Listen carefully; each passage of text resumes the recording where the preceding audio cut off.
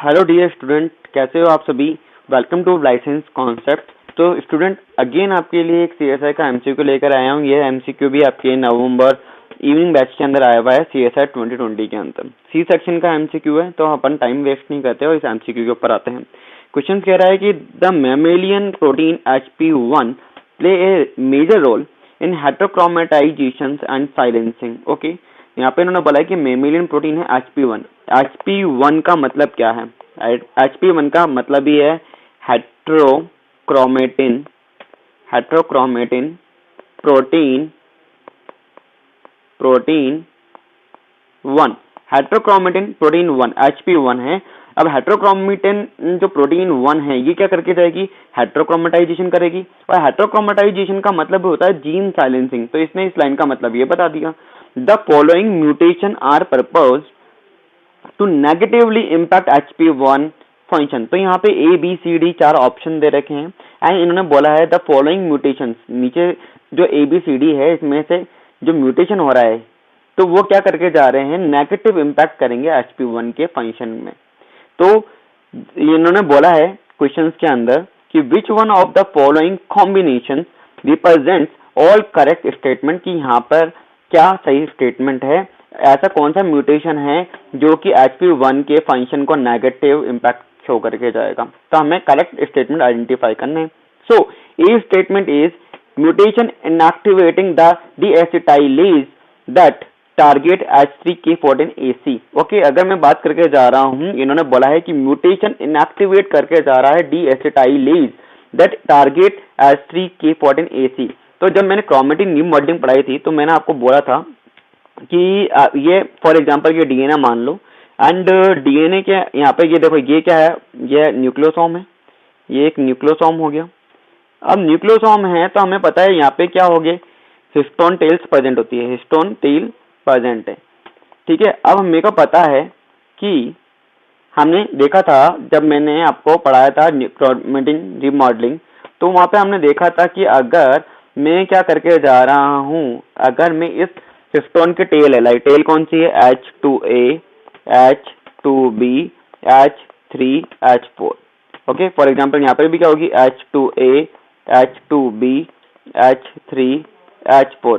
अब यहाँ पे हम देख रहे हैं कि अगर यहाँ पे क्या है, अगर एसिटाइलेशन हो रखा है, फॉर एग्जांपल यहाँ पे क्या हो रखा है? एसिटाइलेशन हो रखा है इस टेल के ऊपर। तो एसिटाइलेशन होने की वजह से क्या हो रहा है? एसिटाइलेशन होने की वजह से टेल के ऊपर क्या हो रहा है? अगर अपन देखें तो नेगेटिव चार्ज, इसकी वजह से नेगेटिव चार्ज इंक्रीज हो रहा है। क्या हो रहा है? नेगेटिव चार्ज इंक्रीज हो रहा है। और डीएनए क्या है? नेगेटिव चार्ज है आल्सो, क्योंकि डीएनए के पास क्या है? फॉस्फेट ग्रुप होता है। डीएनए के पास क्या है? फॉस्फेट ग्रुप है। तो डीएनए के पास भी नेगेटिव चार्ज है और टेल के ऊपर भी कौन सा चार्ज आ गया? नेगेटिव चार्ज आ गया है। तो इसके वजह से क्या होगा? इसके वजह से क्या होगा? टेल डीएनए से बाइंड नहीं करेगी। अगर टेल डीएनए से बाइंड नहीं कर रही है तो क्या होगा? ये जो टेल है, स्टोन टेल है, वो डीएनए से इंटरेक्ट नहीं करेगी, जिसके वजह से क्या होगा? आपकी क्रोमेटिन है, जो क्रोमेटिन होगी वो लूज फॉर्म में रहेगी। क्या रहेगी? क्रोमेटिन लूज फॉर्म में रहेगी। और लूज फॉर्म में होने को हम क्या बोलते हैं? इसको हम बोलते हैं यूक्रोमेटाइजेशन। क्या बोलते हैं? यूक्रोमेटाइजेशन। यूक्रोमेटाइजेशन। अब मैंने बोला कि इस एसिटिल ग्रुप को हटाने का काम, ठीक है। यूक्रोमेटाइजेशन का मतलब क्या होता है? जीन ऑन है। जीन क्या है? जीन ऑन है हमारी, ठीक है। मतलब कि ट्रांसक्रिप्शन होगा, मतलब कि ट्रांसक्रिप्शन ऑन है। रेप्लिकेशन भी हो सकता है, यहाँ पे रेप्लिकेशन भी कंटिन्यू हो सकता है। अब यहाँ पे इन्होंने बोला, क्वेश्चंस बोल के जा रहा है कि mutation inactivating the deacetylase enzyme the target H3 histone 3, जिसमें 14 पोजीशन पे क्या है? लाइसिन मॉलिक्यूल है, लाइसिन अमाइनो एसिड है, इसका एसिटाइलेशन है। H3K14 का मतलब है ये जो H3 है इस पे 14 पोजीशन पे जो लाइसिन है उसका क्या हो रहा है? एसिटाइलेशन हो रहा है। और यहाँ पे इन्होंने बोला कि डी एसिटाइलेज एंजाइम, यहाँ पे बोला कि डी एसिटाइलेज एंजाइम के अंदर अगर म्यूटेशन हो जाता है जो कि टारगेट कराता है इस एसिटाइलेशन को H3 हिस्टोन 3 के अंदर 14 पोजीशन पे जो लाइसिन है उसको, तो डी एसिटाइलेज क्या करके जाएगा? डी एसिटाइलेज क्या करके जा रहा है? डी एसिटाइलेज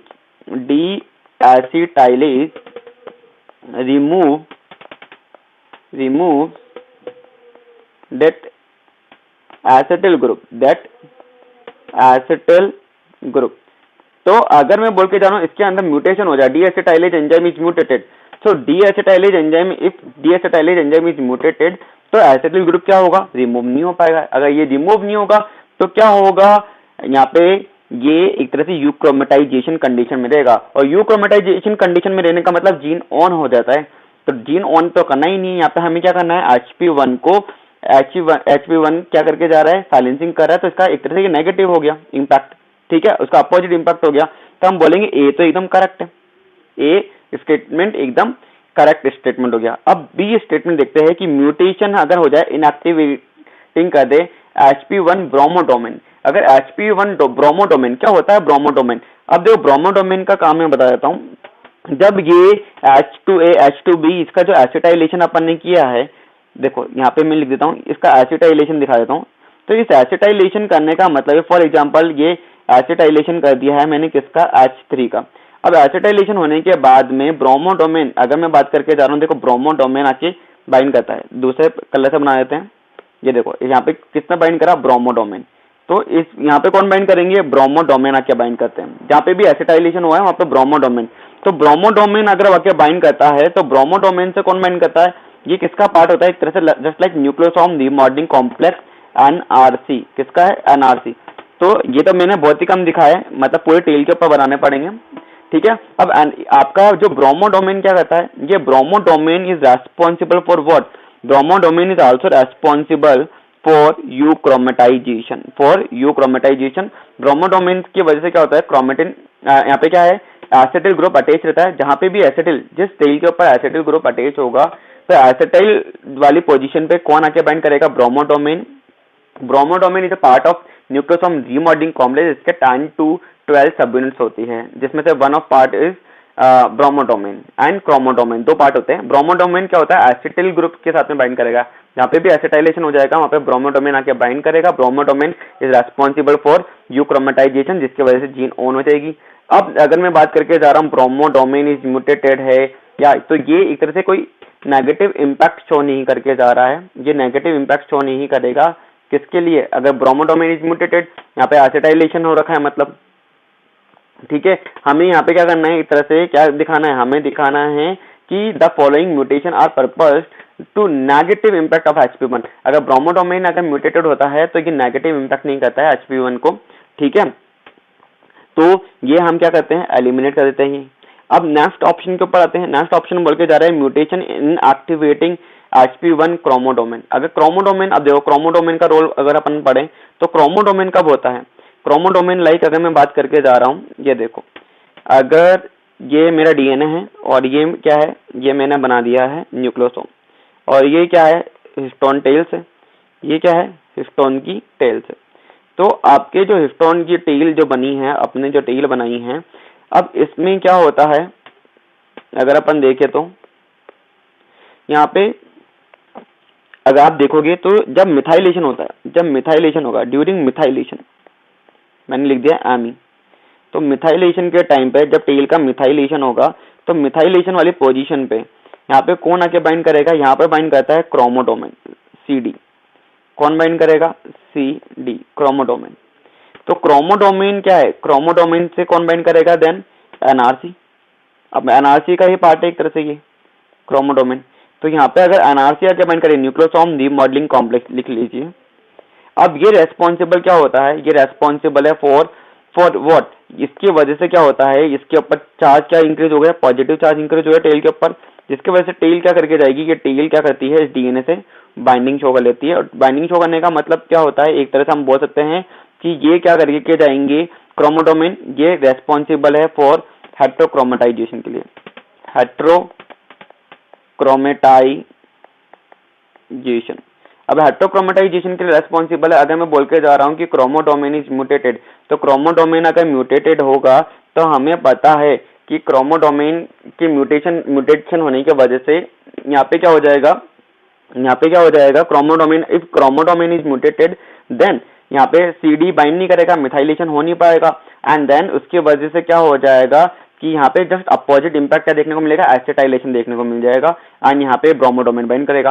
फॉर एग्जांपल अगर मैं बात करके जा रहा हूँ, मुझे नेगेटिव इंपैक्ट दिखाना है कि अगर म्यूटेशन हो जाता है तो फॉर एग्जांपल अगर मैं बोल के जा रहा हूँ ब्रोमोडोमेन इज म्यूटेटेड, देन यहाँ पे हमने देखो वेरी फर्स्ट स्टेटमेंट था कि म्यूटेशन हो जाए किसके अंदर, सेकंड ऑप्शन था म्यूटेशन हो जाए इनएक्टिवेटिंग HP1 ब्रोमोडोमेन, ठीक है। हेट्रोक्रोमेटिन प्रोटीन है, ठीक है। तो अगर ब्रोमोडोमेन के अंदर मैं म्यूटेशन करता हूं तो ब्रोमोडोमेन के अंदर म्यूटेशन होने की वजह से यहाँ पे क्या हो जाएगा, म्यूटेशन होने की वजह से मिथाइलेशन होगा, ये जो कि नेगेटिव इंपैक्ट नहीं है।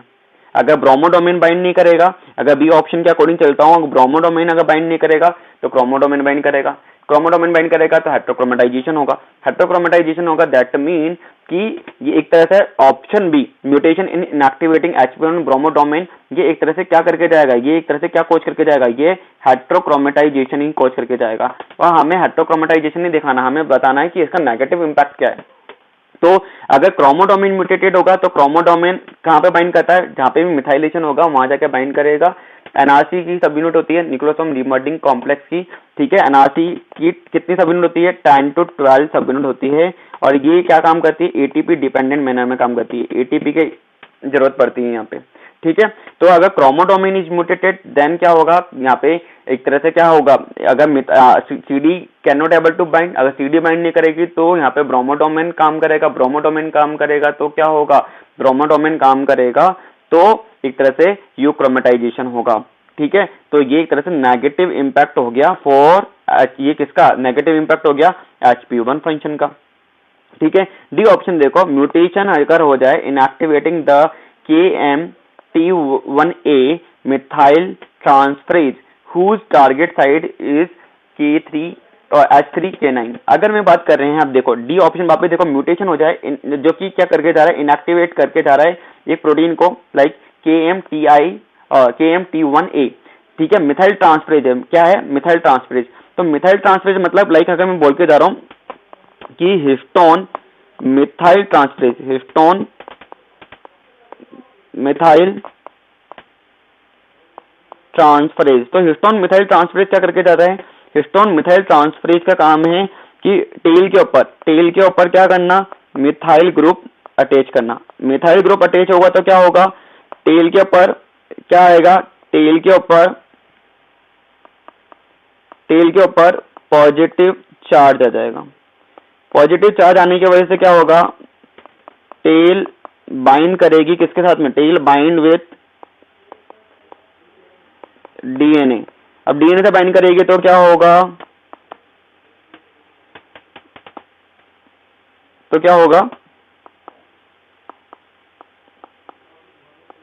हेट्रोक्रोमेटाइजेशन हो जाएगा। क्या हो जाएगा, हेट्रोक्रोमेटाइजेशन। अब हेट्रोक्रोमेटाइजेशन होने की वजह से क्या होगा, जीन ऑफ हो जाएगी। जीन ऑफ का मतलब है कि साइलेंसिंग भी बोल सकते हैं इसको,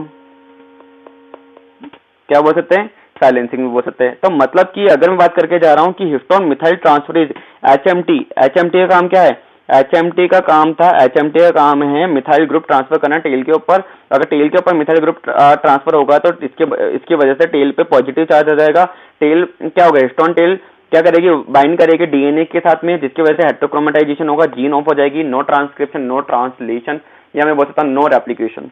ओके, तो ये भी एक तरह से क्या है, नेगेटिव इंपैक्ट होता है। अगर मैं डी ऑप्शन देखूं तो ये भी क्या है, अगर म्यूटेशन हो जाए मिथाइल ट्रांसफरेज एंजाइम के अंदर जो कि टारगेट कर रहा है H3K9, मतलब कि H3K9 और मैं लिख दूं ME मतलब इसके अंदर मिथाइलेशन हो जाए तो इसका मतलब होता है जीन ऑफ हो जाना, इसका मतलब होता है जीन ऑफ हो जाना। अगर इसका मिथाइलेशन नहीं हो और अगर मैं यहाँ पे लिख दूं लाइक H3K9 एसिटाइलेशन AC लिख दूं मैं, तो इसका मतलब है कि जीन ऑन हो जाना, जीन का ऑन हो जाना। तो मुझे नेगेटिव इंपैक्ट बताना था। अगर मैं ब्रोमोडोमेन म्यूटेटेड करता हूं तो ब्रोमोडोमेन रेस्पॉन्सिबल फॉर एसिटाइलेशन, तो एसिटाइलेशन नहीं, ब्रोमोडोमेन एसिटाइलेशन के लिए, अगर एसिटाइलेशन नहीं हो पाएगा तो जीन ऑफ हो जाएगी क्योंकि मिथाइलेशन हो रहा होगा। क्रोमोडोमेन इज रेस्पॉन्सिबल फॉर मिथाइलेशन, जहाँ पे भी मिथाइलेशन होगा टेल का वहां पर जाके बाइंड करेगा। अब अगर क्रोमोडोमेन म्यूटेटेड हो जाए, HP1 म्यूटेशन इनएक्टिवेट कर रहा है HP1 क्रोमोडोमेन, तो क्रोमोडोमेन अगर म्यूटेटेड है तो वहां पे क्या होगा, ब्रोमोडोमेन बाइंड करेगा तो जीन ऑन होगी। ठीक है, मिथाइल ट्रांसफरेज इनएक्टिवेट है, जीन ऑन होगी। अगर मैं बोल रहा हूँ डीएसिटाइलेज एंजाइम म्यूटेटेड है तो भी जीन ऑन होगी। तो ए कंडीशन में जीन ऑन आ रही है, सी कंडीशन में जीन ऑन आ रही, जीन आपकी क्या आ रही है, ऑन आ रही है, एंड बी कंडीशन में भी जीन आ रही है। बट अगर मैं बात करूं म्यूटेशन बी कंडीशन में क्या आ रही है, जीन ऑफ आ रही है, because bromodomain is mutated, bromodomain if bromodomain is mutated then क्या होगा कि यहाँ पे एसिटाइलेशन नहीं हो रहा है, ठीक है। ब्रोमोडोमेन बाइंड करेगा एनआरसी, अगर ब्रोमोडोमेन बाइंड करती है तो वो इंडिकेट करके जाती है टेल को कि भैया बाइंड मत कर, वो एक तरह से रेस्पॉन्सिबल होती है किसके लिए, वो रेस्पॉन्सिबल, अगर ब्रोमोडोमेन है तो ब्रोमोडोमेन इज रेस्पॉन्सिबल, ये रेस्पॉन्सिबल होता है, मैं लिख देता हूँ यहाँ पे किसके लिए, ये रेस्पॉन्सिबल होता है आपका जीन ऑन करने के लिए, जीन ऑन के लिए। जीन ऑन का मतलब होता है ये रेस्पॉन्सिबल होता है यूक्रोमेटाइजेशन, किसके लिए, यूक्रोमेटाइजेशन, ठीक है, ये किसके लिए है, यूक्रोमेटाइजेशन के लिए रेस्पॉन्सिबल है, ठीक है। यूक्रोमेटाइजेशन का मतलब होता है जीन ऑन होना, ठीक है। अब ब्रोमोडोमेन म्यूटेटेड हो जाएगा तो यूक्रोमेटाइजेशन नहीं होगा, जिसका अपोजिट रिजल्ट देखने को मिलेगा, हेट्रोक्रोमेटाइजेशन होगा। तो हेट्रोक्रोमेटाइजेशन एक तरह से क्या है, नेगेटिव इंपैक्ट नहीं है HPO1 का, ये एक तरह से पॉजिटिव इंपैक्ट हो जाएगा HPO1 के लिए। ओके, सो यहाँ पे अगर अपन देखें तो हमारा जो आंसर हो जाएगा ACD, हमारा जो करेक्ट आंसर हो जाएगा वो क्या हो जाएगा, हमारा A, जो 1 आंसर होगा हमारा वही करेक्ट आंसर होगा। तो आई होप आपको ये क्वेश्चन अच्छे से समझ में आ गया हो, कोई डाउट ना रहो, इनके फिर भी कोई डाउट रह गया हो, फिर भी कोई दिक्कत आ रही है तो आप क्या करना, कमेंट बॉक्स में लिख के बताना सर कि ये दिक्कत आ रही है, ये क्वेश्चन ये समझ में नहीं आया है, ठीक है। अगर आपको ये एक्सप्लेनेशन अच्छा लगा हो, क्वेश्चन अच्छे से समझ में आ गया हो, ठीक है, कोई डाउट ना रहा हो तो क्या करो, लाइक करो, शेयर करो, सब्सक्राइब करो, ठीक है, ज्यादा से ज्यादा इसको शेयर करो, ठीक है। एंड आपके जितने भी क्वेश्चंस हैं मॉलिक्यूलर बायोलॉजी के, जो भी आपके डाउट है आप उसको क्या कर सकते हो, हमारे टेलीग्राम ग्रुप में सेंड कर सकते हो, एंड देन जैसे ही आपके क्वेश्चन आएंगे हमारे पास, हम उसका वीडियो बनाएंगे एंड देन उसको अपलोड कर देंगे यूट्यूब पे, ताकि आपके डाउट सॉल्व हो सके, ठीक है। तो अगर आपके लिए हम हेल्पफुल है तो लाइक करो, okay. And all the best for your CSI exam, future exams like get, क्योंकि फैब के अंदर गेट भी आ रहा है, फैब के अंदर CSI भी हो सकता है। तो all the best for your exam, bye, take care.